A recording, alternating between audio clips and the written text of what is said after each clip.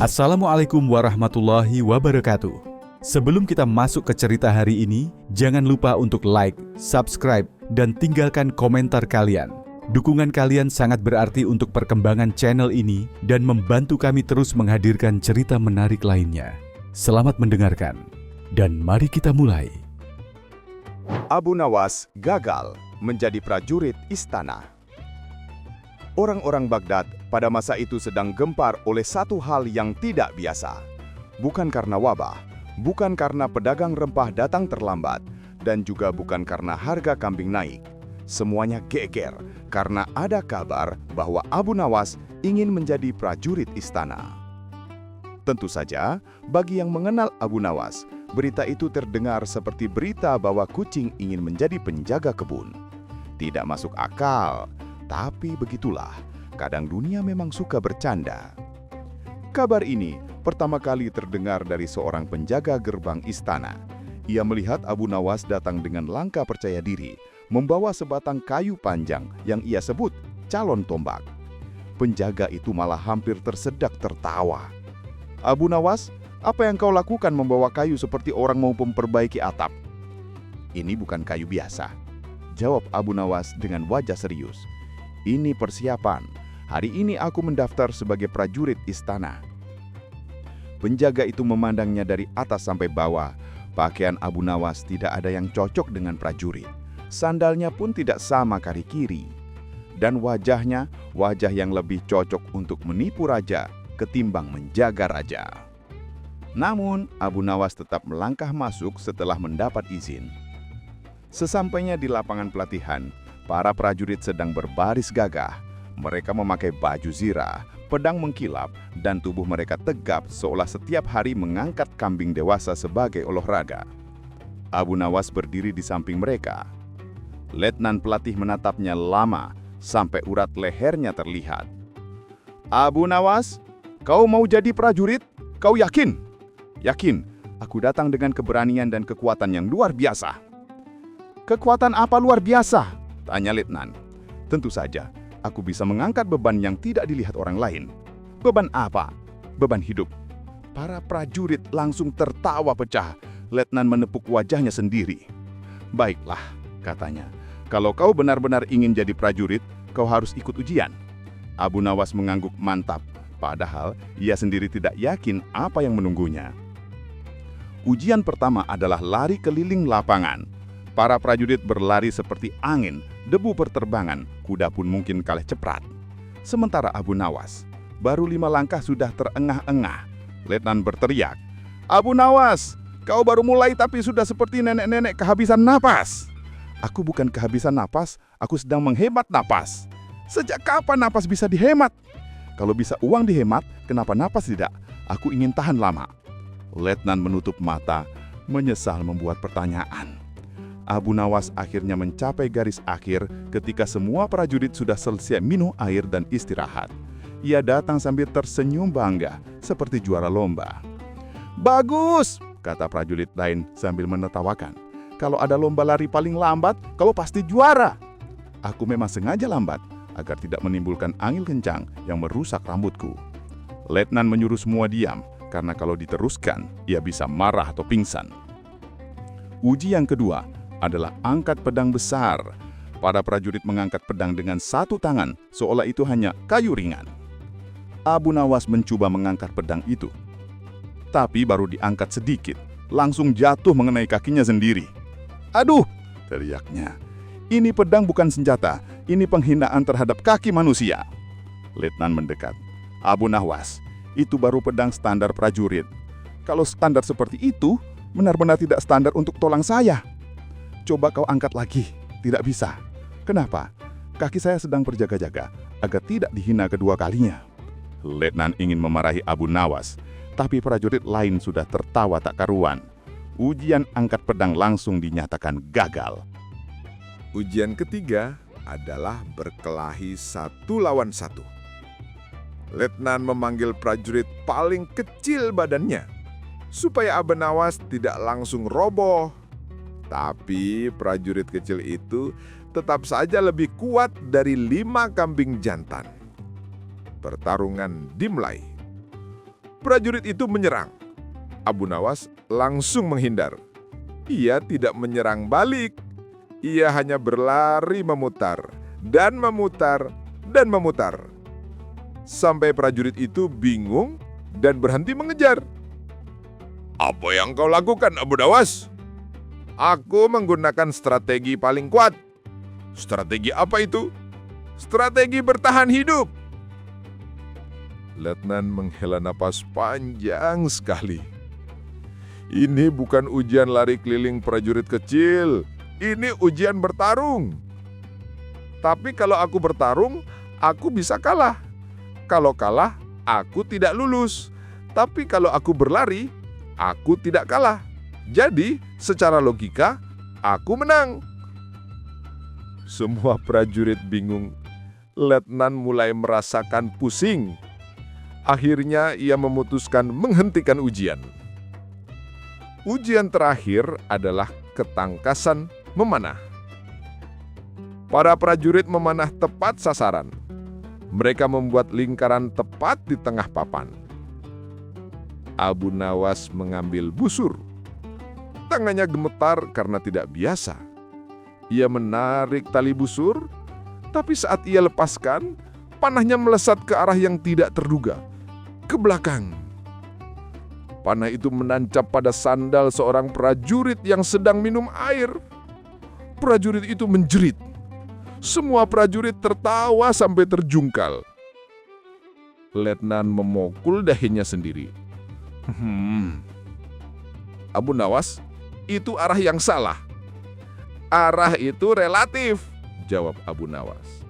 "Yang penting panahnya menancap.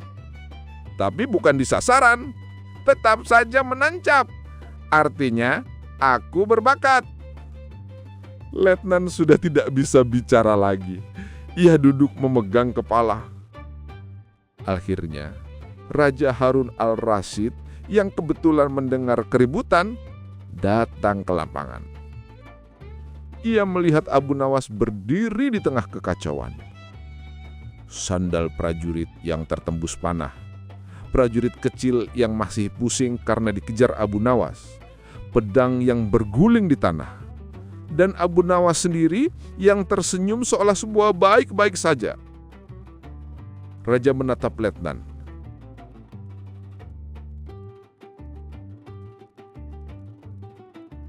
"Apa yang terjadi di sini?" "Baginda, Abu Nawas ingin menjadi prajurit." Raja langsung tersedak tertawa. Abu Nawas menjadi prajurit, dunia belum siap untuk itu. Abu Nawas mendekat sambil tersenyum. "Baginda, bukankah menjadi prajurit itu membela kerajaan? Dan aku selalu membela Baginda dengan cara yang unik." Raja memegang bahunya. "Abu Nawas, andai aku mempunyai 1000 prajurit dengan kemampuanmu, kerajaan ini mungkin sudah hilang dari peta." Semua prajurit tertawa keras. Raja melanjutkan, "Mulai hari ini, aku resmi melarang Abu Nawas menjadi prajurit." Abu Nawas mengangguk. "Bagus juga, Baginda. Saya sebenarnya takut baju perang akan merusak penampilan saya." Raja menepuk dahinya sambil tertawa. "Pulanglah, Abu Nawas. Kalau kau ingin melindungi kerajaan, lakukan saja dengan cara yang biasa. Membuatku pusing." Abu Nawas membungkuk hormat, lalu berjalan pergi dengan bangga seolah ia baru saja memenangkan kejuaraan. Dan sejak hari itu, seluruh istana sepakat bahwa satu-satunya hal yang lebih berbahaya daripada prajurit yang buruk adalah Abu Nawas yang mencoba menjadi prajurit. Abu Nawas mengerjai tetangga yang ateis. Di sebuah gang kecil di pinggiran kota Baghdad, hiduplah seorang pria bernama Barzum.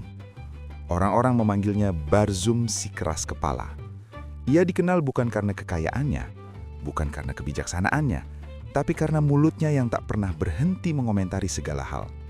Jika ada orang tersandung batu, ia bilang itu bukan takdir, tapi kesalahan sendiri. Jika ada orang bersyukur karena rezeki datang tiba-tiba, ia akan tertawa dan berkata, "Tidak ada apapun di luar dirimu, semua hanya kebetulan." Bahkan pernah suatu hari, ketika hujan turun tiba-tiba setelah warga berdoa minta hujan, Barzum berteriak dari jendela, "Hujan itu akibat awan penuh air, bukan doa kalian." Semua warga menghela nafas, tapi tidak ada yang mau ribut dengannya. Hanya ada satu orang yang diam-diam tersenyum setiap kali mendengar Barzum bicara, Abu Nawas. Abu Nawas tinggal hanya 2 rumah dari Barzum. Ia sudah lama memperhatikan kelakuan tetangganya itu, bukan karena Abu Nawas sakit hati, tapi karena ia mulai bosan mendengar kesombongan Barzum yang merasa paling tahu segalanya. Sampai suatu pagi, ketika Abu Nawas selesai menyapu halaman, Barzum muncul dengan wajah sombong yang bahkan burung-burung pun malas melihatnya. "Abu Nawas," serunya lantang, "kau percaya pada hal-hal yang tidak terlihat itu? Pada sesuatu yang tidak bisa dibuktikan secara langsung?" Abu Nawas menatap langit sebentar, lalu menjawab riang, "Tentu saja, banyak hal tak terlihat tapi nyata." Barzum menepuk dada. "Aku hanya percaya pada apa yang bisa kulihat, kupegang, dan kutendang. Selain itu, bagiku tidak ada." Abu Nawas tersenyum. "Begitu?" "Ya," jawab Barzum bangga. "Kalau kau bisa menunjukkan sesuatu yang tidak terlihat tapi nyata, aku akan puasa bicara 1 hari penuh." Warga langsung mengintip dari jendela. Mereka tahu Barzum tidak pernah berhenti bicara.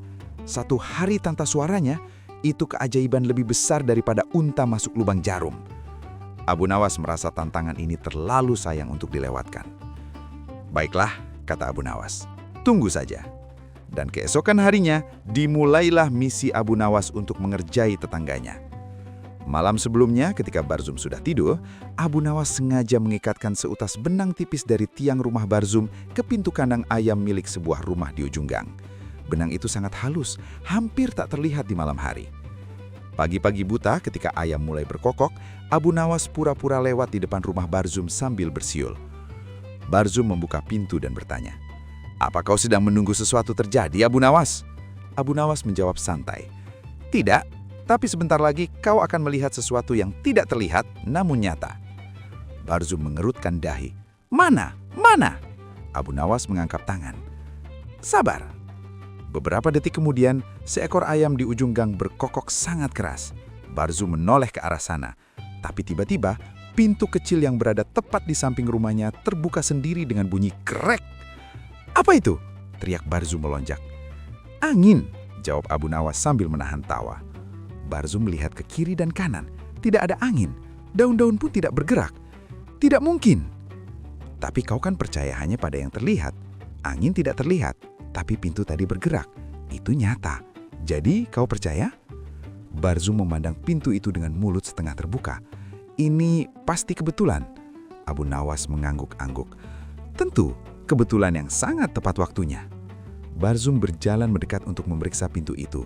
Abu Nawas yang sudah mengukur semua posisi dari semalam, menarik perlahan benang halus itu dari jauh. Pintu yang barusan ditutup Barzum pelan-pelan terbuka lagi. Krek! Barzum mematung. Wajahnya pucat. "Kenapa bisa terbuka lagi?" gumamnya ketakutan. Mungkin anginnya datang lagi. Kau mau lihat anginnya?" Abu Nawas bertanya sambil pura-pura serius. Barzum memandang ke segala arah. Tidak ada apa-apa. Tidak ada daun bergerak. Tidak ada kain bergoyang. Tapi pintu itu terbuka sendiri. Itu tidak terlihat. Tapi nyata," kata Barzum lirih. Abu Nawas tersenyum. "Kau mau bukti lagi?" tanya Abu Nawas. Belum sempat Barzum menjawab, tiba-tiba dari kejauhan terdengar suara kuali jatuh. Abu Nawas menarik benang kedua yang sebelumnya ia sambung diam-diam ke tali jemuran seorang ibu-ibu di ujung gang lain. Tali jemuran bergerak, kuali yang tergantung tersentak dan jatuh. Brang! Barzum hampir pingsan. Kenapa kuali itu jatuh? Tidak ada yang menyentuh. Abu Nawas mengangkat bahu. Hal yang tidak terlihat tapi nyata.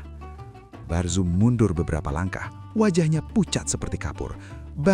Bagaimana mungkin apa yang tak terlihat bisa melakukan itu?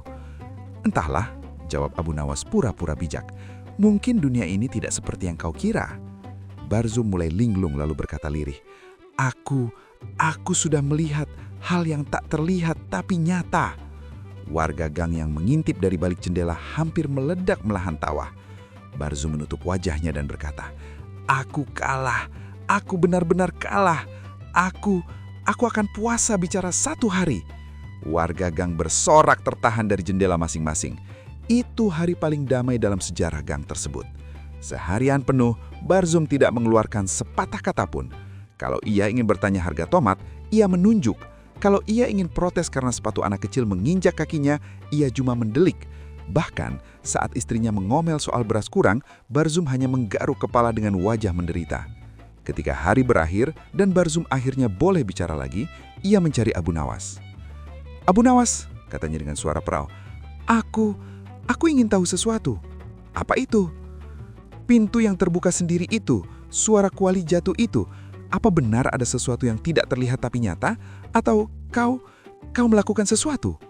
Abu Nawas menatapnya lama, sangat lama, sampai Barzum hampir memohon-mohon.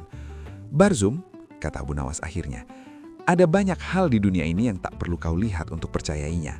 Kau hanya perlu hati yang tidak keras kepala. Barzum menunduk, tersentuh seolah mendengar bisikan malaikat. Tapi kemudian Abu Nawas menambahkan dengan senyum lebar. Dan soal pintu dan kuali tadi, iya, itu aku yang bermain benang.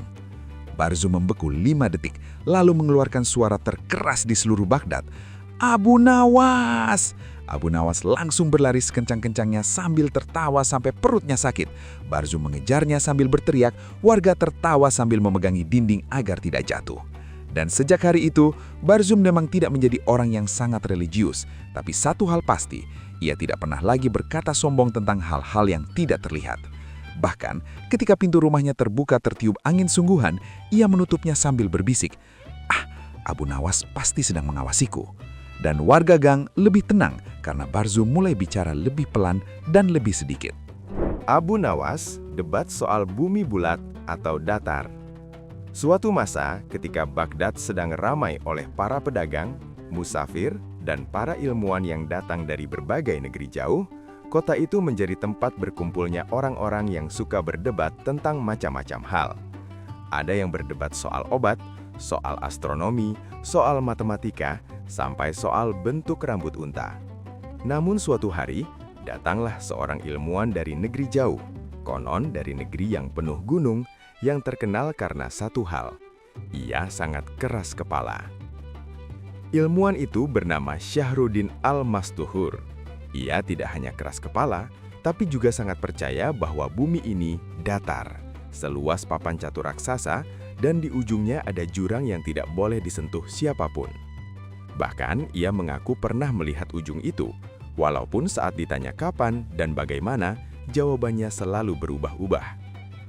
Ketika kedatangan ilmuwan itu terdengar di Baghdad, banyak orang tertarik untuk mendengarnya berbicara. Pasar menjadi penuh, para penjual roti naik harga karena pembeli membludak, dan anak-anak kecil mengambil kesempatan untuk menjual kipas dari daun kurma karena cuaca sangat panas. Raja Harun al-Rasyid juga mendengar berita tersebut. Ia penasaran dan memutuskan untuk mengundang ilmuwan itu ke istana untuk berdebat dengan para cendekiawan kerajaan. Para ilmuwan istana menantikan debat itu, tetapi mereka tahu sesuatu. Tidak ada satupun dari mereka yang cukup lihai berargumentasi konyol menghadapi orang keras kepala.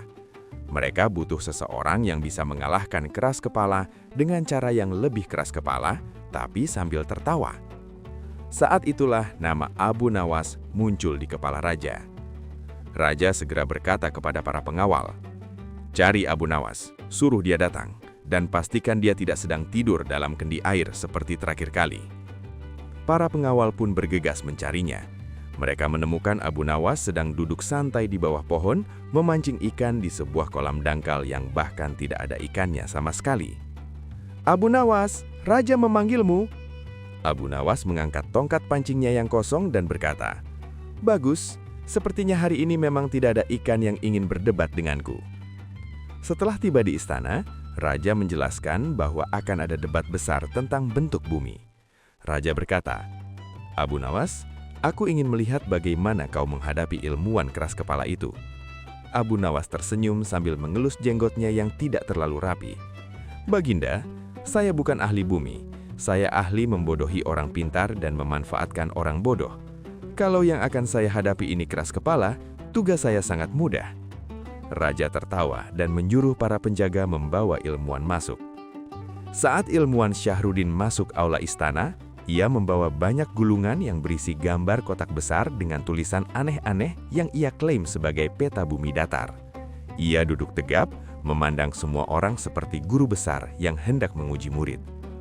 Raja berkata, "Baiklah, hari ini kita ingin mendengar perdebatan tentang bentuk bumi." Ilmuwan Syahruddin berkata bumi datar. Abu Nawas berkata bumi bulat. Silakan mulai. Syahruddin berdiri dan mulai pidato panjang, sangat panjang. Begitu panjang, sampai-sampai beberapa burung yang bertengger di langit-langit istana tertidur dan salah satu penjaga sempat menguap sampai helmnya jatuh. "Bumi itu datar," seru Syahruddin. "Kalau bulat, kita akan jatuh. Kalau bulat, air di lautan akan mengalir ke bawah. Kalau bulat, mengapa unta tidak berguling-guling?" Penonton bertepuk tangan seolah mengerti sesuatu, padahal mereka hanya senang mendengar orang berteriak. Sekarang giliran Abu Nawas. Ia berdiri pelan-pelan, menatap Syahruddin, menatap Raja, lalu menatap penonton yang tampak lebih bingung daripada ikan di kolam tempat ia memancing tadi. Abu Nawas berkata, "Bumi bulat." Semua menunggu penjelasan ilmiah, penjelasan logis, penjelasan astronomis. Namun Abu Nawas hanya mengangkat roti bundar dari saku bajunya dan berkata, "Karena roti ini bulat." Semua orang terdiam. Syahruddin hampir muntah darah mendengarnya. "Apa hubungannya roti dengan bumi?" teriak Syahruddin marah. Abu Nawas mengangguk santai. "Hubungannya sederhana. Orang-orang Baghdad suka makan roti bulat karena manusia biasanya meniru apa yang diciptakan Tuhan. Kalau roti bulat, berarti bumi juga bulat. Jika bumi datar, tentu roti yang enak bentuknya kotak." Semua orang memandang roti itu seperti roti ajaib. Syahruddin berdiri, berteriak, "Itu tidak ilmiah." Abu Nawas tersenyum lebih lebar. "Baiklah, kalau kau ingin ilmiah." Abu Nawas mengambil kendi air kecil di meja. Ia memutarnya pelan dengan jari di dasar kendi, lalu air di dalamnya berputar membentuk pusaran kecil. Ia berkata, "Lihat, air berputar." "Tentu saja, karena kau memutarnya." "Tepat sekali. Kau saja butuh memutar untuk membuat air bergerak. Bagaimana menurutmu bumi yang besar ini? Kalau bumi datar, angin akan bergerak dari pinggir ke tengah. Tapi kenyataannya, angin bergerak berputar, bukan lurus. Itu artinya bumi bulat." Syahruddin mulai bingung, tapi Abu Nawas belum selesai. Ia berjalan ke tengah aula dan berkata, "Baik, aku akan buktikan di depan Baginda. Syahruddin, mari ikut aku keluar." Mereka semua berjalan keluar istana sampai tiba di lapangan luas di depan istana. Abu Nawas menggambar lingkaran raksasa di tanah dan berkata, "Ini gambaran bumi, bulat." Lalu ia menggambar garis lanjung lurus. "Ini gambaran bumi datar." Ia lalu membawa Syahruddin dan berkata, "Sekarang kita berjalan lurus mengikuti bumi datarmu." Mereka berjalan. Jalan lurus itu panjang, sangat panjang. Sampai akhirnya mereka kembali lagi ke titik awal karena Abu Nawas membuat garis itu melingkar kembali secara diam-diam. Syahruddin kaget. "Bagaimana mungkin kita kembali ke tempat semula padahal kita berjalan lurus?" Abu Nawas menjawab, "Itulah tanda bumi bulat. Kau berjalan lurus tapi kembali ke titik awal." "Tapi tadi kau menggambar lingkaran untuk bumi bulat," bantah Syahruddin. "Bagus, berarti gambar saya terbukti benar." Penonton tertawa. Ilmuwan itu mulai frustrasi. Namun klimaksnya terjadi ketika Abu Nawas menunjuk matahari yang mulai condong ke barat. "Kau lihat matahari itu?" Syahruddin mengangguk. "Kalau bumi datar, pasti matahari hanya muncul di satu sisi saja, dan semua orang di dunia akan gelap bersamaan, pagi bersamaan, siang bersamaan. Tapi kenyataannya, ada negeri yang malam saat kita siang, ada negeri yang pagi saat kita tidur." Syahruddin mencoba membantah. "Itu karena..." Abu Nawas langsung memotong. "Kalau bumi datar, harusnya matahari bergerak lurus dan turun di ujung papan bumi milikmu. Tapi coba kau lihat, matahari tidak jatuh. Matahari tetap muncul teratur, seperti memutari sesuatu. Semua mata tertuju pada matahari. Abu Nawas melanjutkan, dan jika sesuatu berputar memutari sesuatu, biasanya bentuknya bulat. Penonton bergumam kagum seperti mendengar ilmu tingkat tinggi, padahal sebenarnya itu hanya logika sederhana yang dijelaskan dengan gaya konyol. Syahruddin sudah kehabisan kata. Ia mencoba satu bantahan terakhir. Aku tetap yakin bumi datar. Abu Nawas mendekat, menatapnya serius, lalu mengangkat topi Syahruddin. Kau lihat kepalamu, bulat. Apa hubungannya kepalaku? Kalau kau makhluk bumi dan kepalamu bulat, berarti makhluk bumi mengikuti bentuk bumi. Kalau bumi datar, tentu kepalamu pasti kotak seperti peti. Penonton langsung pecah tertawa sampai-sampai seorang menteri hampir jatuh dari kursinya. Raja Harun al-Rashid menutup mulut menahan tertawa tapi gagal. Ia berkata, "Cukup, aku sudah mendengar. Abu Nawas, kau benar. Syahruddin, aku pikir kau perlu mengunjungi perpustakaan istana sebelum berdebat lagi." Syahruddin mundur dengan wajah merah karena malu, sementara Abu Nawas menerima hadiah sekantong emas dari raja. Di perjalanan pulang, Abu Nawas berkata pada dirinya sendiri, bumi bulat atau datar tidak penting, yang penting perutku nanti bulat setelah makan kebab. Dan demikianlah kisah debat besar itu menjadi bahan tertawaan di Baghdad selama berbulan-bulan. Anak-anak meniru gaya Syahruddin yang keras kepala, sementara orang dewasa meniru gaya Abu Nawas yang santai tapi mematikan. Dan bumi tetap bulat, setidaknya di kisah Abu Nawas, karena kalau bumi kotak, tentu para penjual karpet akan bangkrut karena bentuk karpet mereka harus berubah menyesuaikan bentuk bumi. Di pinggir kota Baghdad, ada sebuah kampung kecil bernama Kampung Al-Munawir. Kampung itu terkenal damai, tenteram, penuh kebun kurma, tempat anak-anak bermain dengan riang, dan para orang tua duduk di bawah pohon sambil mengobrol santai. Tidak ada yang aneh dari kampung itu, kecuali satu hal. Kampung itu menyimpan sejarah unik tentang seseorang yang pernah tinggal di sana dan akhirnya diusir. Nama orang itu tidak lain tidak bukan Abu Nawas. Pada masa itu, Abu Nawas sedang bosan di Baghdad. Terlalu banyak orang mengenal kebiasaannya yang suka membuat ulah, sehingga ia ingin mencari tempat baru. Tempat di mana ia bisa memulai aksi-aksi pintar tanpa dicurigai duluan. Maka ia datang ke Kampung Al-Munawir dengan pakaian lusuh, membawa seikat roti, dan senyum polos seperti orang yang tidak pernah berbuat onar seumur hidup. Ketika Abu Nawas tiba, para warga kampung sedang berkumpul di lapangan kecil. Mereka sedang membicarakan tentang masalah yang sedang mereka hadapi. Kampung itu kekurangan air karena sumur utama mengering. Seorang tetua kampung berkata, "Kita harus mencari solusi. Kalau tidak, ladang kita bisa mati." Abu Nawas yang kebetulan lewat langsung ikut bergabung. "Maaf," katanya sambil mengangkat tangan. "Aku orang baru, tapi aku mungkin bisa membantu." Orang-orang memandangnya dari atas sampai bawah. Pakaian lusuh, sorban kusut, dan wajah penuh percaya diri. Tetua kampung bertanya, "Siapa namamu, wahai pendatang?" "Namaku Abu Nawas." Orang-orang mulai berbisik-bisik. Sebagian pernah mendengar namanya dari cerita Baghdad, tetapi mereka mengira itu hanya cerita bohong. Namun mereka tetap berhati-hati. Tetua kampung berkata, "Kalau kau punya ide tentang air, katakanlah." Abu Nawas tersenyum lebar. "Tentu saja, masalah ini mudah sekali. Kalian hanya perlu membuat sumur baru, dan aku tahu tempat yang tepat." Warga kampung langsung antusias. Mereka mengikuti Abu Nawas ke tengah ladang yang luas. Abu Nawas berhenti di satu titik yang tidak ada tanda-tanda apapun, bahkan tanahnya keras.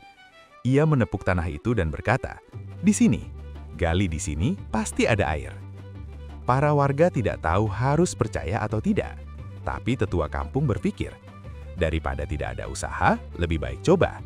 Maka mereka menggali. Berjam-jam mereka bekerja. Tanah keras itu menjadi lubang besar, namun sampai sore tidak ada setetes air pun. Abu Nawas memandang lubang itu sambil mengangguk-angguk. Mungkin kalian menggali terlalu pelan, airnya jadi pindah tempat." Semua orang menatapnya dengan wajah kesal. "Bagaimana air bisa pindah tempat?" teriak salah satu warga. Abu Nawas jawab santai, "Air itu pemalu. Kalau kalian menggali sambil marah-marah, dia takut muncul." Warga semakin jengkel, tapi tetua kampung menahan mereka. "Biarkan dia, mungkin dia punya cara lain." Abu Nawas tersenyum lagi. Menurutku kita harus memancing airnya. Memancing? Air dipancing? Warga terpanah. Ya, jawab Abu Nawas mantap. Kalian punya ember besar? Seorang warga membawakan ember besar. Abu Nawas mengisi ember itu dengan batu, lalu menurunkannya ke dalam lubang yang dalam itu. Air itu akan mendengar suara batu dan mengira ada kerabatnya di bawah. Lalu dia akan datang. Warga kampung saling pandang. Ini omong kosong apa lagi? Setelah 1 jam tidak terjadi apa-apa, warga mulai murmurasi. Setelah 2 jam, mereka mulai menggertakkan gigi. Setelah 3 jam, mereka ingin melempar Abu Nawas ke dalam sumur. Tetua kampung akhirnya berkata dengan nada kesal, "Abu Nawas, apakah kau ini benar-benar membantu atau hanya mempermainkan kami?" Abu Nawas berkata tenang, "Tidak. Kalau begitu gagal, aku punya rencana kedua." "Apa?" Warga serentak berteriak. "Kita harus mencari unta yang bertuah, karena unta yang sakti biasanya bisa mencium air di dalam tanah." Warga kampung sudah mau meninju kepala Abu Nawas. "Di mana kita menemukan unta sakti?" tanya salah satu warga dengan nada sinis. Abu Nawas membahu. "Aku tidak tahu." Semua warga hampir pingsan. Tetua kampung akhirnya memutuskan, "Cukup, Abu Nawas, kau boleh tinggal di kampung kami selama sehari lagi. Tapi jangan buat kekacauan, kami sedang stres karena tidak ada air." Abu Nawas mematuhi, atau setidaknya ia berpura-pura mematuhi. Malam itu ia tidur di rumah kosong yang disediakan. Namun saat fajar, Abu Nawas bangun dan melihat sebuah gerobak makanan di dekat rumah tetua kampung. Gerobak itu penuh roti, kurma, dan kue pesanan warga. Abu Nawas langsung teringat betapa laparnya ia. Jadi ia mengambil beberapa roti. Lalu ia mengambil beberapa kurma, lalu ia mengambil lagi, dan lagi, sampai akhirnya hampir setengah gerobak habis. Saat pemilik gerobak datang, ia langsung berteriak, "Pencuri! Pencuri!" Orang-orang berlarian keluar rumah. Dan tentu saja, siapa yang sedang duduk tenang sambil makan roti dengan mulut penuh? Abu Nawas. Pemilik gerobak marah besar. "Kau mencuri makanan kampung!" Abu Nawas mengangkat kedua tangan. "Tidak. Aku hanya menguji keamanan gerobak kalian."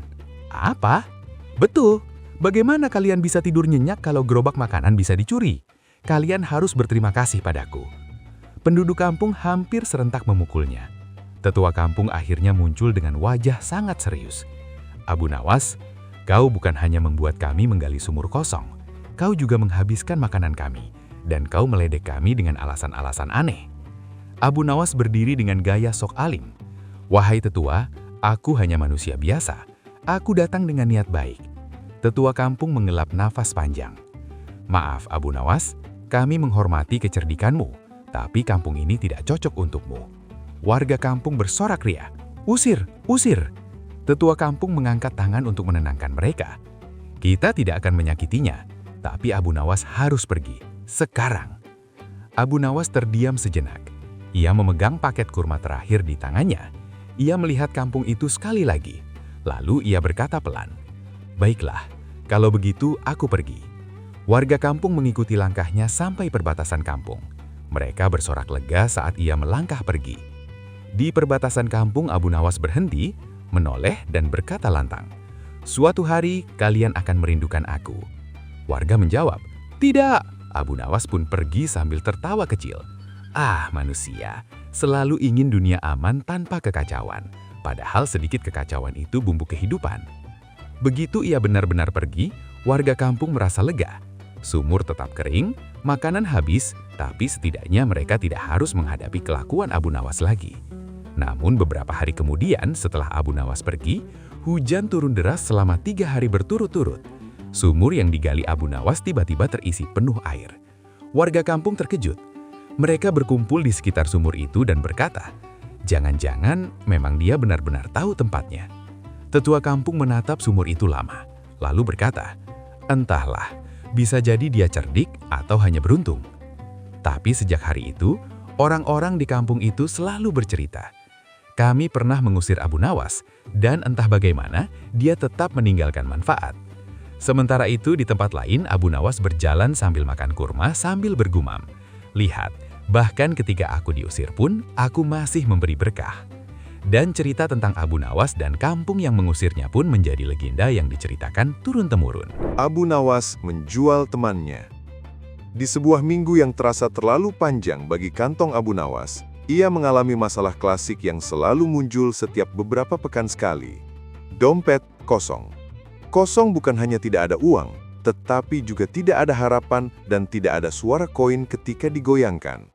Abu Nawas menggoyangkan dompet itu seperti orang menggoyang kendi, berharap ada tetesan terakhir, tapi yang terdengar hanyalah suara angin. Ia duduk di tangga masjid sambil menghela nafas panjang. "Seandainya aku bisa menjual rasa lapar, aku pasti sudah kaya," gumamnya. Saat ia sedang merenungi nasib, muncullah sahabatnya yang paling cerewet, namun paling baik hati, Bahzar. Ini teman yang sering meminjamkan uang kepada Abu Nawas, dan kemudian menyesal setelahnya. Bahzar mendekat dengan senyum besar. "Abu Nawas, dari tadi aku cari, kau kemana saja?" "Di sini, menghitung jumlah utangku," jawab Abu Nawas malas. Bahzar tertawa. "Tak perlu menghitung, sudah pasti terlalu banyak." "Betul, maka aku berhenti menghitung agar tidak sedih." Bahzar duduk di sampingnya. "Kalau begitu, ayo kita ke pasar. Mungkin bisa membantu mengalihkan pikiranmu." Abu Nawas mengangguk, meski lebih ingin tidur daripada berjalan. Tapi siapa tahu, jalan-jalan ke pasar membuka berkat. Atau setidaknya membuka peluang makan gratis.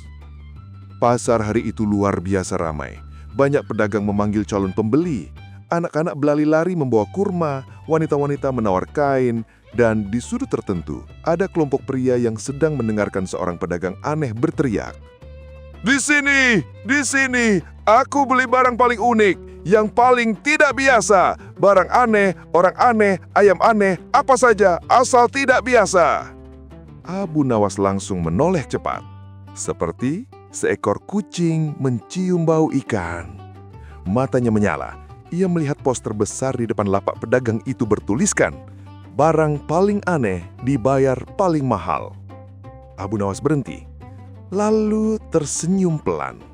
Sebuah ide muncul. Ide itu berbahaya, dan biasanya kalau Abu Nawas tersenyum seperti itu, artinya seseorang akan menjadi korban keisengannya. Bahzar yang berjalan di sampingnya tidak sadar apa yang sedang berkembang di kepala temannya itu. Ia hanya sibuk melihat kain. "Bahzar," kata Abu Nawas dengan suara lembut. Suara itu lembut dalam cara yang tidak pernah membawa kebaikan. "Apa? Kau tahu tidak? Kau itu orang unik." "Terima kasih," bengong Bahzar. "Tidak banyak orang sepertimu. Kau itu sangat langka, jarang ditemui." Bahzar makin bingung. "Maksudmu apa, Abu Nawas?" "Tentu saja kau tidak paham," ujar Abu Nawas pura-pura sedih. "Orang langka memang tidak menyadari kelangkaannya." Bahzar menatap Abu Nawas dengan ragu. "Jujur saja, apa yang kau mau?" Abu Nawas merangkul bahunya. "Ikut aku sebentar. Aku ingin memperkenalkanmu kepada seseorang yang sangat menghargai keunikan." "Keunikan apa?" "Kau akan lihat." Abu Nawas menyeret Bahzar menuju pedagang barang aneh. Pedagang itu seorang pria gemuk dengan janggut panjang bernama Umar Bastoni, sedang mengatur benda-benda aneh seperti batu berbunyi, ayam berkaki satu, dan teko yang mengeluarkan asap wangi. Abu Nawas langsung menyapa ramah. "Assalamualaikum, wahai pedagang benda ajaib." "Waalaikumsalam. Ada yang bisa kau jual padaku? Barang aneh? Sesuatu yang unik?" Abu Nawas tersenyum lebar dan mendorong Bahzar laju. "Aku membawa sesuatu yang sangat unik, bahkan lebih unik daripada ayam satu kakimu itu." Bahzar menoleh panik. "Apa maksudmu, Abu Nawas?" "Tenang," bisik Abu Nawas, "kau akan mengerti." Umar memandang Bahzar dari kepala sampai kaki. "Orang biasa?" "Tidak," saut Abu Nawas cepat sekali. "Ini bukan orang biasa. Ini orang paling sabar di Baghdad." Aku!" bengung Bahzar. Umar mengangkat alis.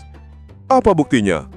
"Lihat saja," kata Abu Nawas. Lalu sambil tersenyum, ia menarik jenggot Bahzar pelan. "Aduh, Abu Nawas, kenapa kau tarik jenggotku?" "Lihat," kata Abu Nawas tenang. Ia marah, tapi tidak memukulku. Sabar sekali. Umar mengangguk pelan tapi belum yakin. Lumayan unik. Tapi aku butuh bukti ekstrim. Bahzar akan memprotes, tapi Abu Nawas mendahului. Tentu, bukti ekstrim sangat penting. Dia berjalan memutar, lalu tanpa peringatan menggelitiki Bahzar dengan ganas. Hasilnya, Bahzar tertawa sambil mencoba menahan Abu Nawas. "Berhenti, Abu Nawas, aku tidak tahan." Tuh kan, Abu Nawas menoleh kepada Umar. Dia tidak marah, meski disiksa tawa. Orang-orang biasanya menjerit atau memaki. Tapi ini sabar terbaik. Umar mulai mengusap janggut. Berpikir, aku suka. Berapa harganya? Bahzar teriak. "Harga apa?" Abu Nawas menutup mulut Bahzar dengan cepat. Sabar, ini bagian dari proses. Lalu kepada Umar, ia berbisik. "Lemah lembut, pintar, dan mudah diatur. Aku yakin cocok sebagai penjaga lapakmu." Umar berkata, "Aku bayar mahal untuk barang aneh seperti ini?" "Barang?" teriak Bahzar. "Aku bukan barang." Tapi Abu Nawas menutup mulut Bahzar dengan cepat. "Tenang, ini negosiasi penting." Umar mengeluarkan sekantong koin perak. "Ku bayar dengan ini." Abu Nawas cepat sekali mengambil koin itu dan memasukkannya ke sakunya, seolah-olah bumi akan menelannya kalau ia terlambat 1 detik. Bahzar menepis tangan Abu Nawas. "Aku tidak dijual, lepaskan aku." Tapi Abu Nawas mengangkat tangan. "Tenang, kau tidak dijual sungguhnya. Tapi kau menerima uangnya. Itu namanya strategi." Bahzar makin bingung dan marah. "Strategi apanya?" Abu Nawas menoleh kepada Umar dan berkata, "Sekarang kau lihat sendiri bahwa dia sangat sabar. Orang normal pasti sudah memukulku karena dijual seenaknya. Ini bukti tambahan." Umar mengangguk puas. "Baik, aku terima. Mulai hari ini kau bekerja di lapakku." Bahzar terkejut. "Aku tidak mau." Umar berkata, "Tapi aku sudah bayar." Bahzar menunjuk Abu Nawas. "Itu dia yang kau bayar, bukan aku. Ambil dia, aku pulang." Umar bingung. "Tapi aku sudah bayar untukmu." Abu Nawas tenang-tenang saja. "Tenang, tenang, aku akan jelaskan." Dengan sikap seperti hakim yang bijak, ia menarik keduanya ke tengah lapak. "Dengarkan baik-baik. Kau, Umar, memberikan uang kepadaku bukan untuk membeli orang. Tidak ada manusia yang bisa dijual. Kau sebenarnya membayar untuk pengetahuan tentang kemampuan seorang yang sabar." Umar terlihat bingung. "Pengetahuan? Apa maksudmu?" Abu Nawas mengangkat tangan seperti guru besar.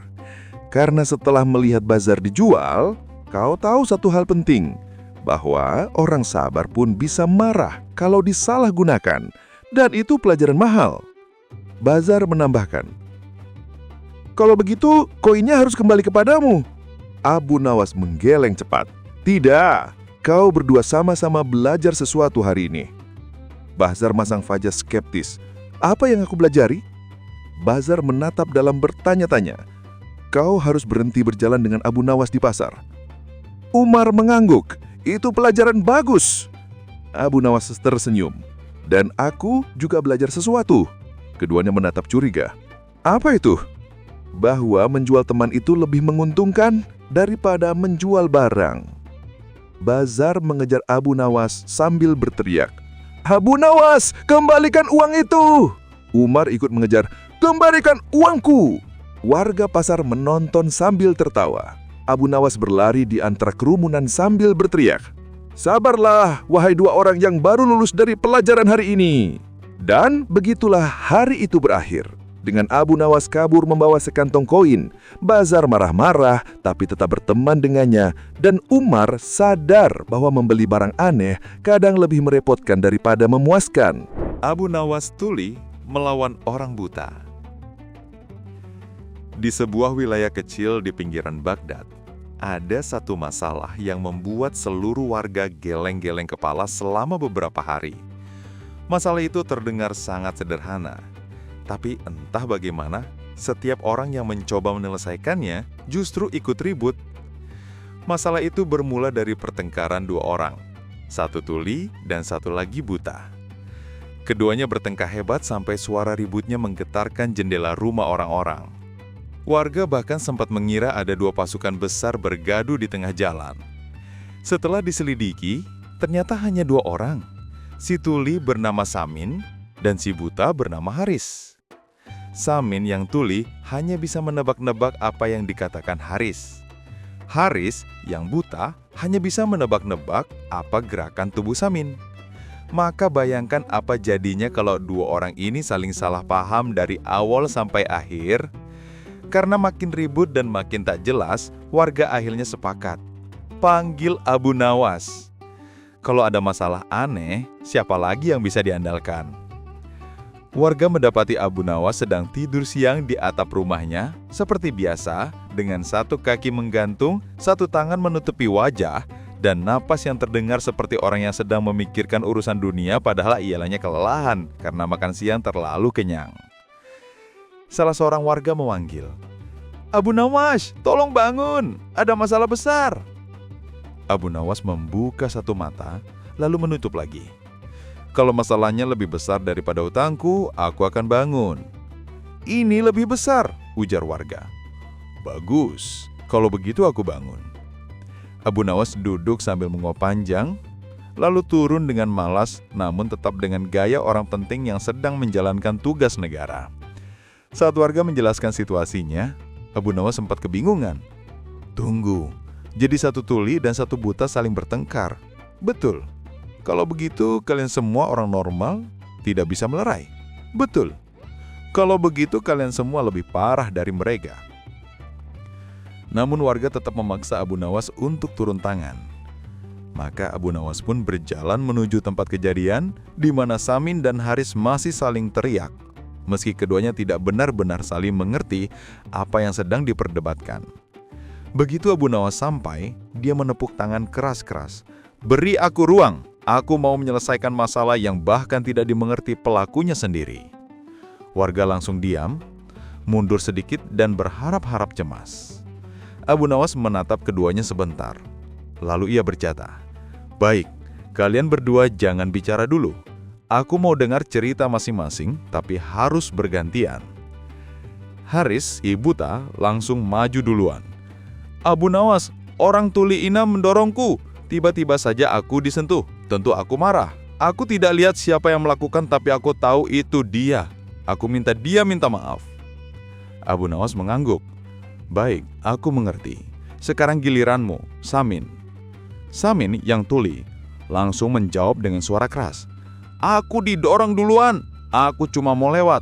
Aku lihat dia berdiri di tengah jalan dan tidak bergerak. Aku panggil dia, tapi dia tidak dengar. Jadi aku sentuh sedikit, malah dia marah." Abu Nawas langsung paham. Ini murni salah paham antara 2 orang dengan kondisi yang saling mendukung untuk menciptakan kekacauan. Tapi tentu saja menyelesaikan masalah dengan logika biasa tidak akan cukup. Mereka berdua keras kepala. Mereka berdua merasa benar, dan kedua-duanya tidak bisa memahami pihak lain secara normal. Jadi Abu Nawas mengambil pendekatan yang tidak normal. Dia berdiri tegak, lalu berkata, "Aku punya cara menyelesaikan ini secara adil, tapi kalian harus ikuti perintahku tanpa membantah." Keduanya mengangguk, meski sebenarnya yang satu tidak melihat anggukan itu dan yang satu tidak mendengar perintah itu. "Pertama," kata Abu Nawas, "kalian berdua harus melakukan pertarungan keadilan." Semua warga kaget. "Pertarungan? Abu Nawas, itu malah bikin kacau." Abu Nawas mengangkat tangan. "Tenang, ini pertarungan paling aman di dunia." Dia mengambil 2 buah bantal besar yang dipinjam dari rumah warga terdekat. Satu sisi tuli, satu sisi buta. Kalian bertarung pakai bantal ini. Siapa yang kena pukul 3 kali, kalah. Warga mulai berbisik-bisik. Ada yang mengkhawatirkan, ada yang penasaran, tapi sebagian besar justru menahan tawa karena membayangkan apa yang bakal terjadi. Pertarungan dimulai.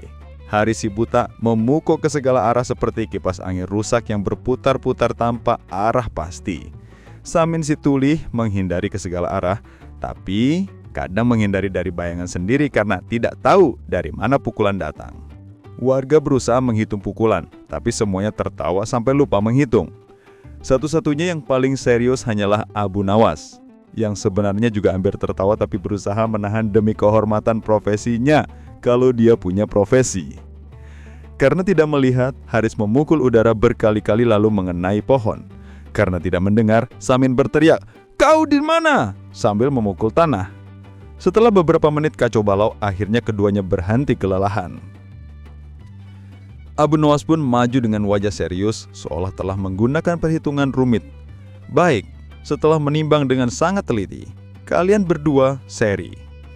Keduanya tampak bingung, namun juga terlalu lelah untuk protes. Seri pun mereka tidak tahu apakah tadi mereka memukul lawan, atau pohon, atau tiang rumah. Abu Nawas lalu melanjutkan, "Kalian berdua sama-sama tidak bersalah. Ini hanya salah paham, yang buta tidak melihat, yang tuli tidak mendengar. Jadi kalian berdua sebenarnya korban keadaan, maka kalian harus saling memaafkan." Ajaibnya keduanya mengangguk, mungkin karena sudah terlalu capek untuk bertengkar lagi. Abu Nawas kemudian mendekat dan berkata, "Kalian mau berdamai?" "Mau." "Bagus, sekarang berjabat tangan." Masalahnya, yang satu tidak melihat tangan mana, yang satu tidak mendengar instruksi landutan. Mereka saling mencari tangan masing-masing seperti dua ayam mencari biji jagung dalam gelap. Abu Nawas akhirnya memegang kedua tangan mereka dan menyatukannya. "Ini tangan kamu, ini tangan dia. Sudah, salam." Keduanya berjabat tangan, warga bersorak lega. Masalah selesai. Tetapi tentu saja, tidak ada kisah Abu Nawas yang berakhir dengan kejutan. Saat keduanya pergi sambil tertawa kecil, seorang warga bertanya, "Abu Nawas, kenapa harus disuruh bertarung bantal? Bukannya cukup diberi penjelasan saja?" Abu Nawas berkata, "Kalau hanya ku beri penjelasan, mereka tidak akan puas. Dengan bertarung bantal, mereka merasa sama-sama kuat, sama-sama berani, dan sama-sama punya kesempatan menang. Orang yang merasa seimbang baru bisa berdamai tanpa dendam." Warga mengangguk, meski sebagian masih bingung. Abu Nawas lalu menambahkan, "Kapan lagi aku bisa menyaksikan dua orang bertarung bantal tanpa alasan jelas?" Warga pun tertawa keras. Dan seperti biasa, Abu Nawas berjalan pulang dengan langkah santai, seolah baru menyelesaikan misi paling penting di kerajaan, padahal ia hanya ingin kembali tidur. Abu Nawas menangkap monyet jadi-jadian. Hari itu Baghdad kembali geger, bukan karena perang, bukan karena kebakaran, dan bukan karena pajak baru. Yang membuat kota itu heboh hanyalah satu makhluk kecil berbulu, tapi kabarnya bisa berubah wujud. Rumor itu beredar sangat cepat. Ada monyet jadi-jadian berkeliaran di Baghdad. Kadang dia jadi monyet, kadang seperti manusia. Dia masuk rumah orang malam-malam dan mencuri makanan. Orang-orang panik. Pedagang pasar memasang pagar bambu di sekitar lapak mereka, takut monyet itu tiba-tiba duduk di atas timbangan. Para ibu mengurung anak-anak di rumah karena takut mereka disambar makhluk misterius itu. Bahkan, para prajurit kerajaan mulai berpatroli malam-malam untuk mencari monyet yang katanya sakti itu. Namun tetap saja gagal menemukan jejak. Seperti biasa, ketika masalah aneh terjadi di Baghdad, ada satu nama yang langsung dipanggil, Abu Nawas. Raja Harun al-Rashid sedang kesal setengah mati karena satu hal kecil. Sarapan paginya lenyap dari meja istana. Roti hangat dan kurma mahal yang sudah disiapkan pelayan hilang tanpa jejak.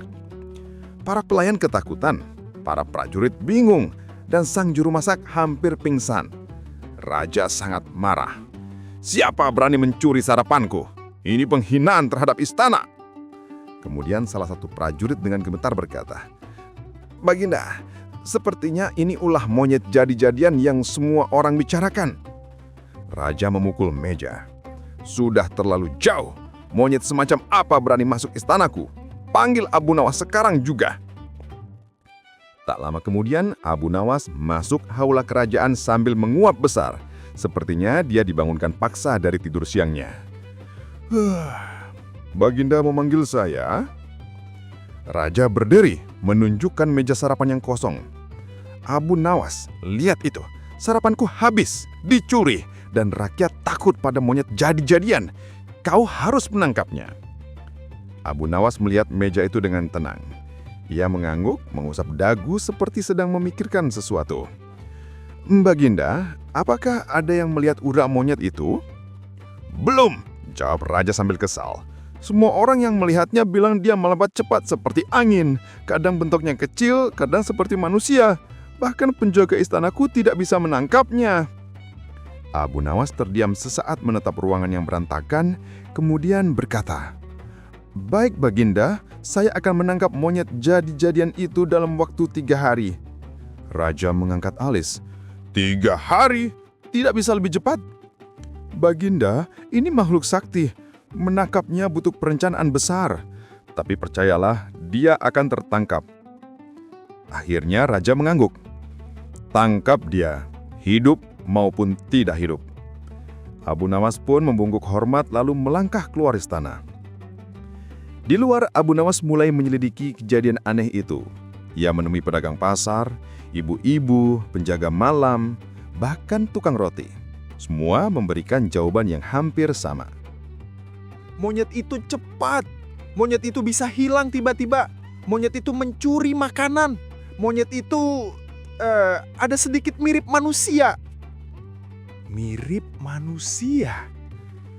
Disitulah Abu Nawas mulai curiga. Ia berjalan pelan melewati ganggang sempit, memperhatikan jejak roti, kulit buah, dan tumpahan kacang. Jejak itu menuju ke satu tempat. Sebuah gudang tua milik seorang pria bernama Abu Jamil. Abu Jamil terkenal licik, malas bekerja, dan sering memanfaatkan orang lain. Ia pernah menipu pedagang, pernah meminjam uang tanpa mengembalikannya, dan bahkan pernah mencoba menjual kucing kepada orang dengan alasan anjing kecil tak berbulu. Abu Nawas sudah menduga sesuatu. Malam itu, ia bersembunyi di belakang gudang. Ia menunggu dan menunggu, sampai akhirnya terdengar suara langkah kecil. Pelan, hati-hati, lalu pintu gudang terbuka sedikit. Keluar dari pintu itu bukan monyet, melainkan Una. Bukan. Ternyata manusia. Abu Jamil dengan wajah berlumur tepung, rambut acak-acakan, dan badan membungkuk seperti monyet. Abu Nawas nyaris tertawa. Ternyata misteri monyet jadi-jadian adalah laki-laki lapar yang mencuri makanan lalu pura-pura jadi monyet supaya tidak ketahuan. Abu Nawas melangkah keluar. Wah, siapa yang kita temui di sini? Monyet sakti atau manusia licik? Abu Jamil tersentak, hampir menjatuhkan karung kurma yang ia curi. Abu Nawas, ini tidak seperti yang kau pikirkan. Oh ya? Kau pikir aku mengira apa? Bahwa kau sedang latihan jadi makhluk setengah monyet? Abu Jamil semakin panik. Jangan laporkan aku ke raja. Aku cuma lapar. Aku spontan saja. Abu Nawas mendekat. Sebenarnya aku tidak mau lapor. Tapi Baginda menyuruhku menangkap monyet jadi-jadian. Dan kebetulan aku melihat satu di depan mataku sekarang. Abu Jamil jatuh berlutut. Jangan, aku mohon. Aku tidak ingin dipenjara. Abu Nawas berpura-pura berpikir keras. Aku bisa saja membantu. Tapi satu hal dulu. Apa itu? Aku ingin kau mengaku. Mengaku apa? Mengaku bahwa kau bukan monyet sakti. Aku bukan monyet sakti. Bagus. Dan satu lagi. Apa lagi? Besok pagi, kau ikut aku ke istana. Tapi tenang, bukan untuk dihukum. Kau akan membantu raja melihat monyet jadi-jadian yang sebenarnya. Abu Jamil bingung, tapi ia tidak punya pilihan. Pagi harinya istana kembali ramai. Raja duduk dengan wajah tidak sabar. Abu Nawas, mana monyet itu? Abu Nawas tersenyum dan memberi isyarat. Abu Jamil masuk memakai kostum monyet buatan sendiri. Telinga dari kulit labu, bulu dari sapu ijuk, dan ekor dari sabuk kain. Ia terlihat memalukan. Seluruh istana menahan tawa. Raja terperangah. Ini monyet jadi-jadian. Abu Nawas mengangguk. Benar Baginda, inilah makhluk yang mencuri makanan di kerajaan. Ia bukan monyet sakti. Ia hanya manusia yang berperilaku seperti monyet. Abu Jamil menunduk ketakutan. Abu Nawas melanjutkan, Baginda, makhluk ini berubah bukan karena sihir, tapi karena kelaparan dan kebodohan. Ia cukup pintar untuk menipu rakyat, tapi tidak cukup pintar untuk menipu saya. Raja akhirnya tertawa besar. Luar biasa, Abu Nawas. Kau berhasil mengungkap misteri bodoh ini. Dan kau, Abu Jamil, hukumanmu bukan penjara. Abu Jamil mengangkat kepala penuh harapan. Raja menunjuk tumpukan makanan kerajaan. Mulai hari ini, kau bekerja sebagai penjaga gudang makanan. Agar kau tidak mengulang mencuri, kau akan melihat makanan setiap hari tanpa bisa menyentuhnya kecuali jam istirahat. Itu adalah hukuman paling menyiksa bagi pencuri makanan. Abu Jamil hampir pingsan. Abu Nawas menepuk bahu pria malak itu, lalu berkata, Ingat, menjadi monyet itu melelahkan. Jadilah manusia sepenuhnya. Sejak hari itu, cerita tentang monyet jadi-jadian hilang. Orang-orang kembali tenang. Dan Raja memuji Abu Nawas karena berhasil menyelesaikan masalah tanpa kekerasan. Bahkan, ada rumor bahwa Abu Jamil berhenti mencuri selamanya. Karena setiap kali melihat pisang, ia teringat betapa memalukannya menjadi monyet palsu. Abu Nawas menjual raja sebagai budak. Pada suatu sore yang lembab di pinggiran Baghdad, angin bertiup pelan membawa aroma rempah dari pasar. Orang-orang sibuk dengan urusan mereka masing-masing, kecuali satu orang yang sedang duduk di bawah pohon kurma sambil menatap awan. Siapa lagi kalau bukan Abu Nawas? Ia sedang memikirkan cara mencari uang tanpa harus bekerja keras, seperti biasanya. Di sisi lain kota, Raja Harun al-Rashid sedang merasa bosan setengah mati. Istana yang megah, hidangan lezat, musik, dan para penghibur yang datang setiap hari tidak mampu mengusir rasa jenuh yang menggerogoti pikirannya. Aku ingin sesuatu yang berbeda, gumam Raja sambil berpikir. Sesuatu yang membuatku merasa hidup. Lewatlah seorang pengawal yang sedang membawa kabar. Baginda, saya mendengar Abu Nawas sedang menghabiskan waktu di luar kota. Mungkin Baginda ingin menyamar dan berjalan-jalan bersamanya? Raja langsung bangkit penuh semangat. Ya, itu ide bagus. Aku akan menyamar sebagai rakyat biasa dan menemuinya. Tak lama kemudian, Raja keluar istana dengan pakaian sederhana, baju lusuh, sorban lama, dan tongkat pendek. Ia tampak seperti pedagang biasa yang baru saja kehilangan untanya. Dengan penuh aksi dramatis, ia mendekati Abu Nawas yang sedang menikmati ketenangan sore. Assalamualaikum, wahai orang bijak yang juga sering menyusahkan orang, kata Raja dengan suara menyamar.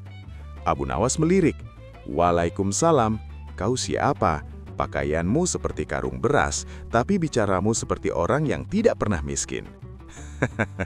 Raja tertawa dalam hati, tapi tetap menjaga penyamarannya. Aku hanya rakyat bawahan, aku ingin ditemani berjalan-jalan agar tidak bosan.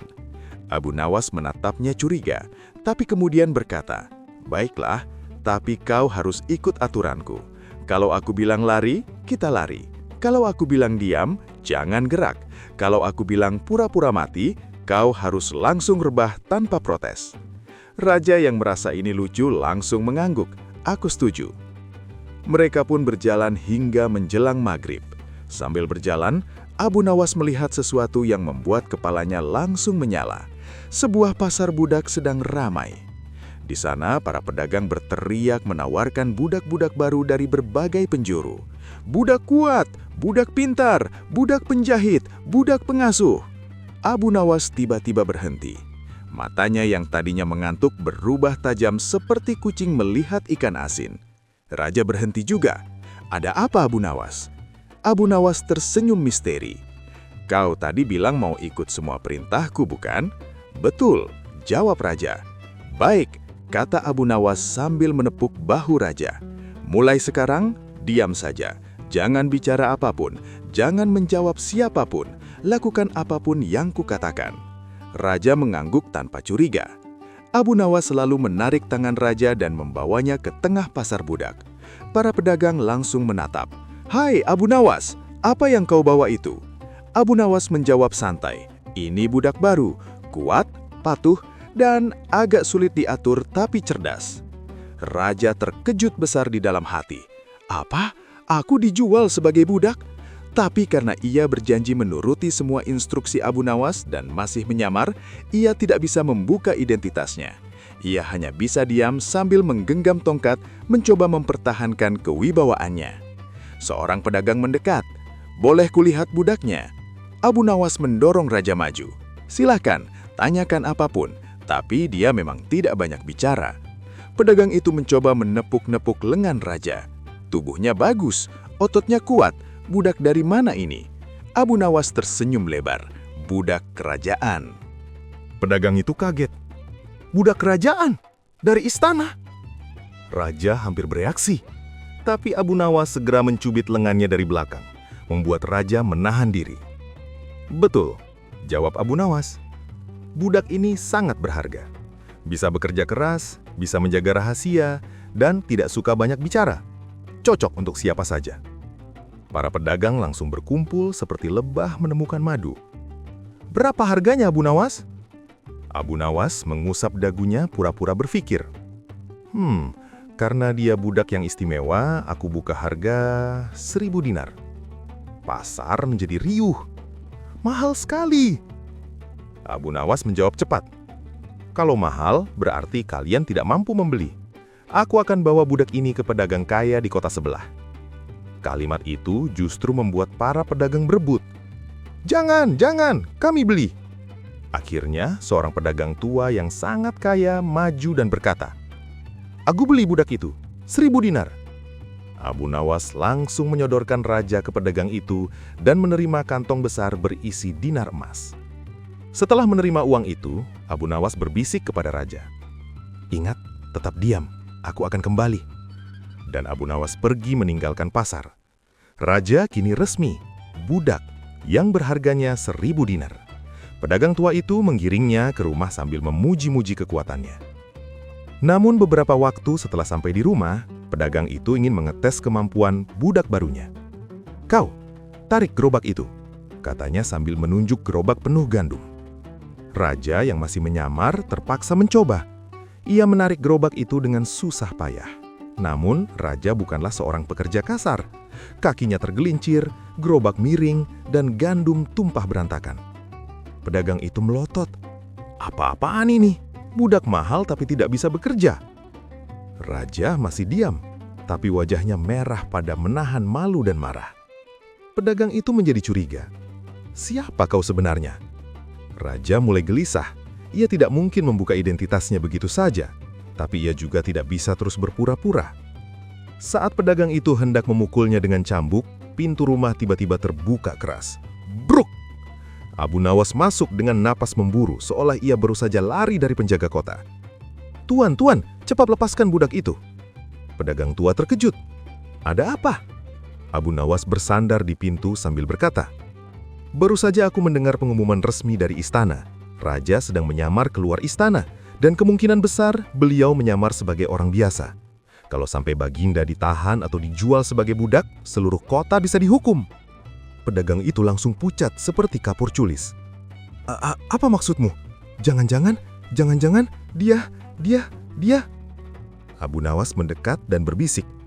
"Aku tidak bisa memastikan, tapi jika dia adalah raja dan kau memperlakukannya sebagai budak, kau bisa dipancung."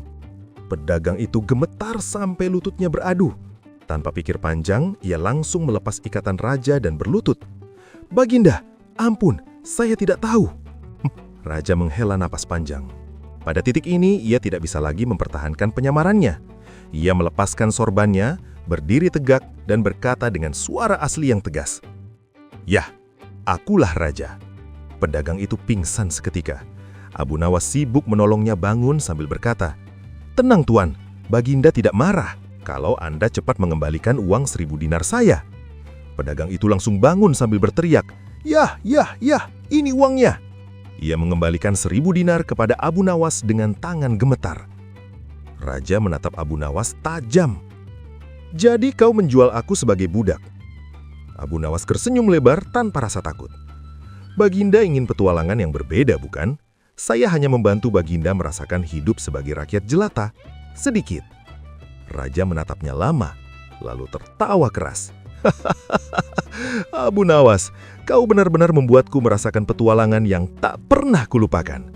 Abu Nawas membungkuk. "Sama-sama, Baginda. Lain kali kalau Baginda bosan, mari kita coba hal yang lebih gila." Raja menggelengkan kepala sambil tertawa. "Tidak, cukup. Aku tidak mau dijual lagi." Baghdad pun kembali ramai dengan rumor bahwa Abu Nawas pernah menjual raja sebagai budak, dan raja sendiri malah tertawa mendengarnya. Penipu masuk surga. Di sebuah sudut kota Baghdad, ada sebuah kedai teh kecil yang selalu ramai pada sore hari. Bukan karena tehnya luar biasa enak, tetapi karena tempat itu sering menjadi lokasi Abu Nawas bercerita, berdiskusi, atau sekadar membuat orang pening dengan ucapannya. Tidak ada yang bisa menebak apa yang ada di kepala Abu Nawas. Dan hari itu pun, ia datang dengan ekspresi penuh semangat, seperti baru menemukan ide gila yang perlu segera dibagikan. Begitu Abu Nawas duduk, beberapa orang langsung mendekat. "Ada cerita apa hari ini, Abu Nawas?" "Aku dengar Raja marah lagi karena tipuanmu kemarin. Katanya kamu membuat prajurit istana mengejar ayam selama 2 jam hanya untuk menemukan kalau ayamnya ayam biasa." Abu Nawas mengibaskan tangan. "Itu cerita lama. Sekarang aku sedang memikirkan sesuatu yang lebih Belum sempat ia melanjutkan, seorang lelaki asing datang ke kedai itu. Tubuhnya tinggi, jenggotnya lebat, matanya tajam. Pakaiannya mahal, tapi wajahnya terlihat penuh kekhawatiran. Ia duduk tepat di depan Abu Nawas. "Apa benar kau ini Abu Nawas?" Abu Nawas tersenyum. "Jika kau sedang mencari orang pintar, mungkin bukan aku. Tapi kalau kau mencari orang licik, aku mungkin kandidat terkuat di kota ini." Lelaki itu menghela napas dalam-dalam. "Namaku Qasim. Aku datang dari kota seberang. Dan aku adalah seorang penipu." Semua orang langsung menatapnya. Seorang penipu mengaku di hadapan Abu Nawas. Itu pasti menarik. Qasim melanjutkan, "Aku sudah menipu banyak orang selama hidupku. Sekarang umurku sudah tua. Aku takut mati. Aku takut tidak diterima di surga. Maka aku datang kepadamu." Abu Nawas memiringkan kepala. "Kepadaku? Kenapa tidak pergi ke masjid atau ke ulama?" Qasim menjawab cepat, "Karena ulama akan menyuruhku bertobat. Sementara aku tidak yakin bisa benar-benar berhenti menipu." Ia pun menunduk malu. "Itu sudah menjadi kebiasaanku, nafasku, caraku hidup." Abu Nawas tertawa kecil. "Jadi kau datang kepadaku untuk apa?" "Mencari cara agar penipu bisa masuk surga tanpa berhenti menipu." Qasim mengangguk tegas.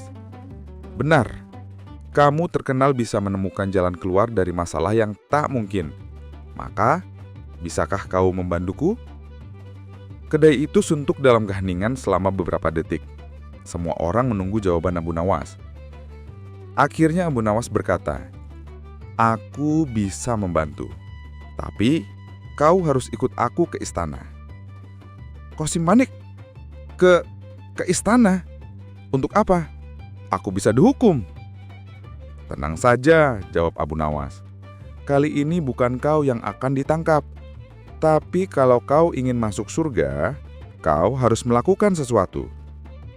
Qasim menelan ludah. "Apa itu?" "Menipu raja." Orang-orang di kedai langsung cekikikan. "Menipu raja? Itu misi bunuh diri." Tapi Abu Nawas berkata dengan yakin, "Hanya penipu paling hebat yang bisa selamat menipu raja. Dan hanya penipu paling hebat yang mungkin bisa menemukan jalan menuju surga." Qasim ragu, tapi akhirnya ia setuju. Apapun akan ia lakukan demi harapan terakhirnya. Keesokan harinya, Abu Nawas membawa Qasim ke istana. Raja Harun al-Rasyid duduk di singgasananya dengan wajah penasaran begitu melihat Abu Nawas datang bersama orang asing. "Apa yang kamu bawa kali ini, Abu Nawas? Seekor keledai yang bisa bernyanyi atau ayam yang bisa mengaji?" Abu Nawas memberi hormat. "Bukan, Baginda. Hari ini saya membawa seorang penipu." Qasim hampir pingsan mendengarnya. Raja mengerutkan alis. "Dan kenapa kau membawa penipu ke hadapan raja?" Abu Nawas menjawab pelan, "Karena dia ingin masuk surga." Raja tertawa besar. "Masuk surga dengan menjadi penipu? Itu bodoh." "Justru itu, Baginda," kata Abu Nawas. "Dan saya ingin Baginda mengetes apakah dia penipu hebat atau penipu bodoh." Raja memandang Qasim dari ujung kaki sampai kepala. "Baiklah, aku beri satu tantangan. Jika ia berhasil, aku akan pertimbangkan memberi ampunan kerajaan. Jika gagal, ya tinggal dilempar ke penjara." Qasim meneguk ludah. "Apa tantangannya, Baginda?" tanya Abu Nawas. Raja menunjuk peti besar di samping singgasana. Peti berukir indah, tertutup rapat. "Di dalam peti ini ada sesuatu. Coba tebak, apa isinya?" Qasim membeku. Tidak mungkin ia bisa menebak isi peti itu. Abu Nawas menepuk bahunya. "Tenang, tahu penipu, gunakan bakatmu." Qasim mengambil napas dalam-dalam, lalu berjalan mendekati peti. Ia menempelkan telinganya ke peti itu, pura-pura mendengarkan sesuatu. Ia mengetuk sisi peti.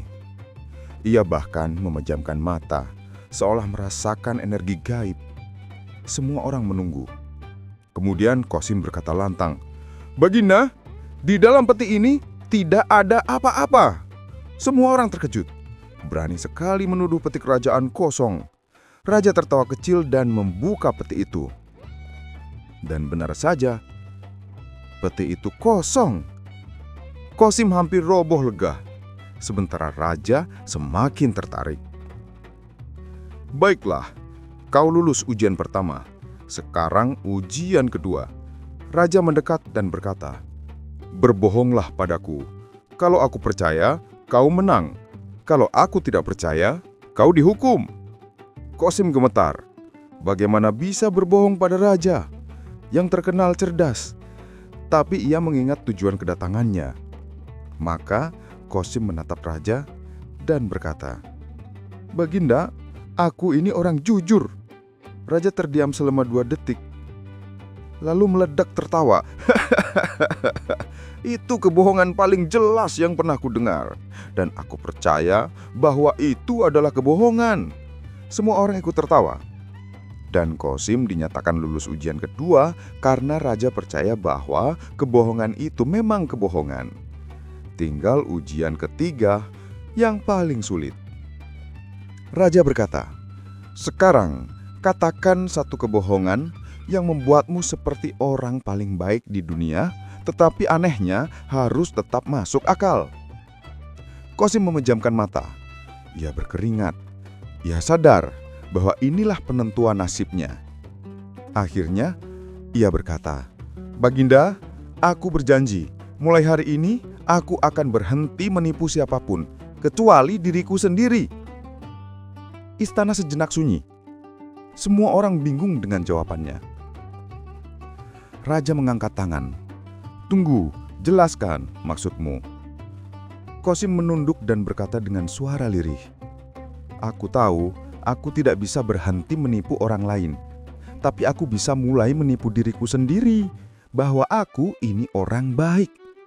Jika aku menipu diriku dengan itu setiap hari, mungkin pada akhirnya aku benar-benar menjadi orang baik, Baginda.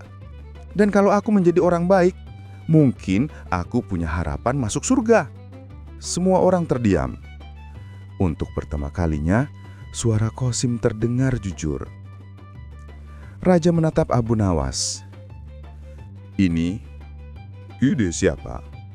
Abu Nawas menjawab pelan, "Ide itu muncul dari hati Qasim sendiri, Baginda. Saya hanya membawanya ke tempat yang bisa membantu dia melihat dirinya. Raja menghela napas panjang. Baiklah, aku tidak bisa menjamin surga, itu urusan Tuhan. Tapi aku bisa memberi satu hadiah. Qasim menatap raja dengan penuh harapan. Mulai hari ini, kau tidak akan dihukum. Kau diberi peluang bekerja di istana sebagai pencatat laporan. Jika kau menipu, kau akan dihukum. Tapi jika kau benar-benar mulai memperbaiki diri, maka itu awal perjalananmu menuju surga. Qasim menangis, bukan tangisan pura-pura, tetapi tangisan orang yang baru saja diselamatkan dari jurang. Ia bersujud di depan raja. Beberapa bulan berlalu, Qasim berubah, benar-benar berubah. Ia menjadi salah satu pencatat laporan paling teliti di istana. Ia membantu banyak orang tanpa imbalan. Ia bahkan pergi meminta maaf kepada orang yang pernah ia tipu dulu. Seluruh kota kagum, raja senang, dan Abu Nawas bangga. Suatu sore, Abu Nawas duduk di kedai teh dengan senyum puas. Seorang pedagang bertanya, "Abu Nawas, apakah penipu itu sudah pasti masuk surga?" Abu Nawas menjawab santai, "Aku tidak tahu apakah dia masuk surga nanti. Tapi yang jelas, ia sudah masuk ke jalan menuju sana." Pedagang itu mengangguk. "Jadi yang kau ubah bukan hidupnya, tapi hatinya." Abu Nawas tertawa kecil. "Orang yang ingin masuk surga tidak cukup hanya berharap. Ia harus benar-benar berjalan ke arah itu." Qasim sudah mulai berjalan, sisanya biar Tuhan yang urus. Dan kedai itu kembali ramai oleh obrolan lucu, karena selalu ada saja yang percaya bahwa Abu Nawas bisa memperbaiki siapapun, bahkan penipu tua sekalipun. Namun Abu Nawas hanya berkata, "Kadang penipu bisa masuk surga, tapi hanya jika ia berhenti menipu orang lain dan mulai menipu dirinya sendiri bahwa ia mampu menjadi baik hingga kebohongan itu akhirnya menjadi kenyataan."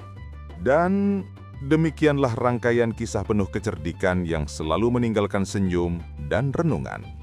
Semoga kisah-kisah ini terus mengingatkan kita bahwa humor dapat menjadi jembatan menuju pemahaman, dan bahwa kecerdikan seringkali ditemukan dalam sikap yang ringan namun tajam. Dengan itu, cerita tentang sosok yang jenaka sekaligus bijak ini pun berakhir. Tetapi jejak hikmahnya tetap dapat kita bawa dalam kehidupan sehari-hari. Assalamualaikum warahmatullahi wabarakatuh.